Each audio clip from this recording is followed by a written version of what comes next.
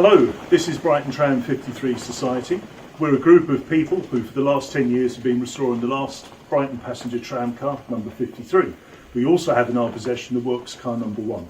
A lot of work has been done over the last 10 years and we're heading towards the end of the project, but we still need help for the committee, we need people to help with paperwork, and we still need a few more bods online to actually help paint and do the various jobs to make the tram finished. It's a very exciting time and you'll be joining a very good crew and you'll be getting a great result for your work, but your help will be very much appreciated. This is the tram itself, tram number 53, which you've been restoring for the last 10 years. It was the very last tram car built for Brighton in the Lewis Road depot, as the corporation used to make their own trams. And as you can see, the progress is now getting very good indeed on it. This is the inside of tram 53, what is called the lower saloon. A lot of work's been going on here, as you can see, and I'd like to point out some of the new features.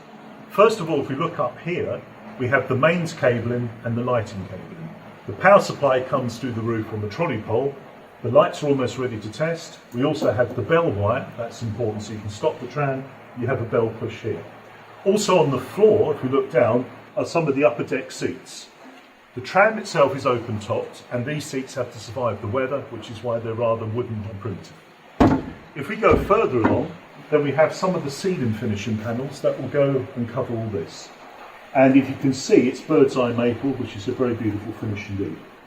If we look further down the tram, then we can see some conduits, and in the corner here, pile of wood, but these are all the finishing sections for the inside of the lower saloon, which also has bench seats along the side, which will be upholstered. These are mock-up stairs.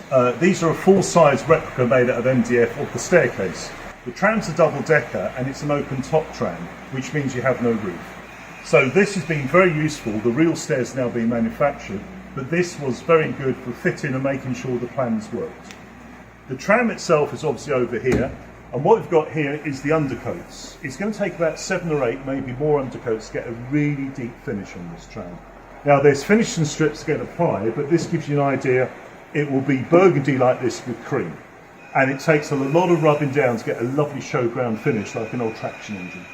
If we come along here, these are some of the finishing panels that will go on the wood up there. So that will be fitted pretty soon. And again, with all of this is going to be covered by finishing wood. And it's going to have a couple of strips along here, which are like bump stops, and also quite decorative and sort of break up the angle, if you like. If we come along here a little bit more, then you've got more of the same, obviously, and notice the lovely tumble home, which is called this curve. And the idea of this curve is it could carry a maximum amount of passengers. Tram 53 is a 3'6" gauge tram, which is quite narrow. Most trams are 4'8" like the railways. So they maximise the design of the tram to carry as many people as possible.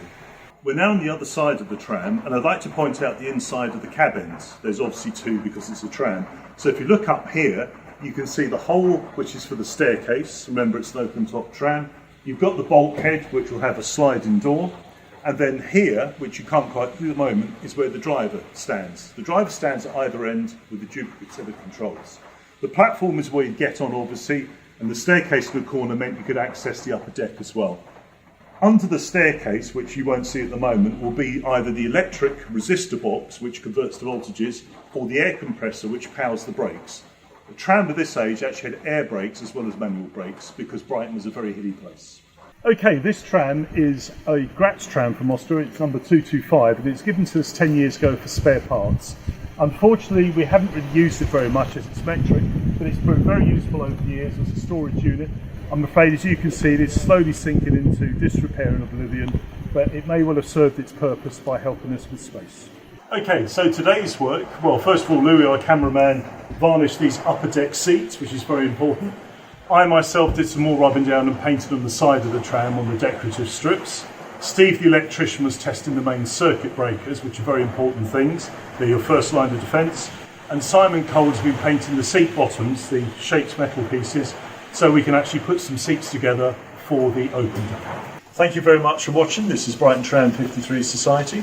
If you'd like to find out more about us, you can go to our Facebook page or to the website. And if you wish to volunteer or find out more, we'd love to hear from you. The metal bits will fit under there, which are these. And if I hold that up, this metal strip goes like that. I think that's the right height for horse and cart, because they sometimes crashed into these.